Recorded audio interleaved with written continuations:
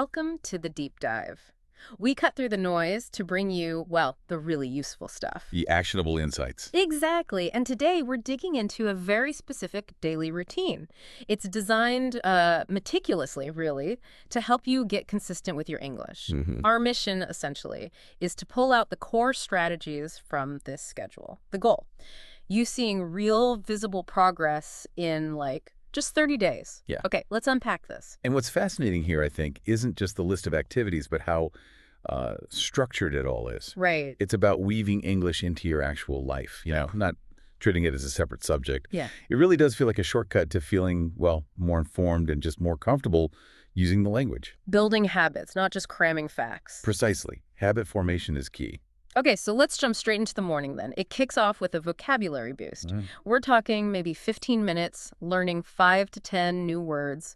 The source mentions apps like Anki or Quizlet. And for good reason. That spaced repetition they use. It's powerful, isn't it? Showing you the word just as you're about to forget it makes it stick. Exactly. It's about active recall, not just passive review. Right after that, about 15, maybe 20 minutes for listening practice. Things like short news clips, maybe TED Talks, BBC Learning English is mentioned. Good sources. Accessible. Yeah, and a really great tip here is try listening without subtitles first. See what you get. Test yourself. Then maybe watch again with them.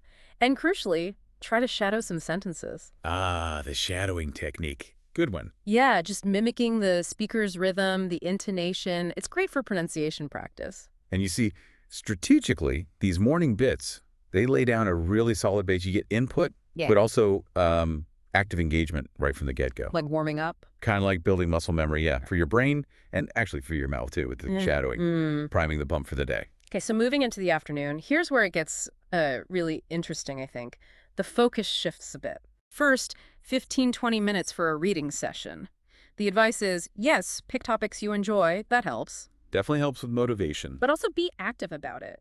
Like, try summarizing paragraphs in your head or guess the meaning of new words from the context before you look them up. That guessing from context is such a vital skill. That's what you do in real life, right? Totally. Makes reading less passive, more like decoding. Then there's a quick 10 minutes for grammar practice. Just 10 minutes. Yeah, and apps like Grammarly can help. But the key insight here, I thought, was focusing on just one grammar rule a day. Yeah, why just one? Because trying to absorb too much grammar at once, it leads to overwhelm, doesn't it? Yeah, it just washes over you. Exactly. Focusing on one thing lets it sink in. You build a proper understanding, a schema for that rule. It's about depth over breadth initially. Makes sense. Okay, now on to the evening. This is where the output really happens. Right, applying what you've taken in. We start with 15, 20 minutes of speaking practice. Practical stuff like just talking in front of a mirror. Describe your day, your thoughts. Sounds simple, but it works. Gets you used to forming the sounds. It does. Or even better, using apps like HelloTalk or Tandem to actually talk with native speakers. Get that real interaction. That's invaluable. Real-time practice. And here's another powerful tip. Record yourself speaking, then play it back. Ooh, that can be revealing. A bit cringy maybe, but you really catch your own mistakes, things you wouldn't notice otherwise. Absolutely. Critical self-assessment. Then after speaking, 15 to, say, 25 minutes for writing practice. Right. Daily short paragraphs, maybe a journal entry. What kind of topics? Could be simple, like what did I learn today, or my opinion on something I read. Just getting thoughts down on paper or, well, on screen. And connecting this to the bigger picture. These evening activities, speaking and writing, they are just crucial. The output stage. Yeah. This is where theory meets practice.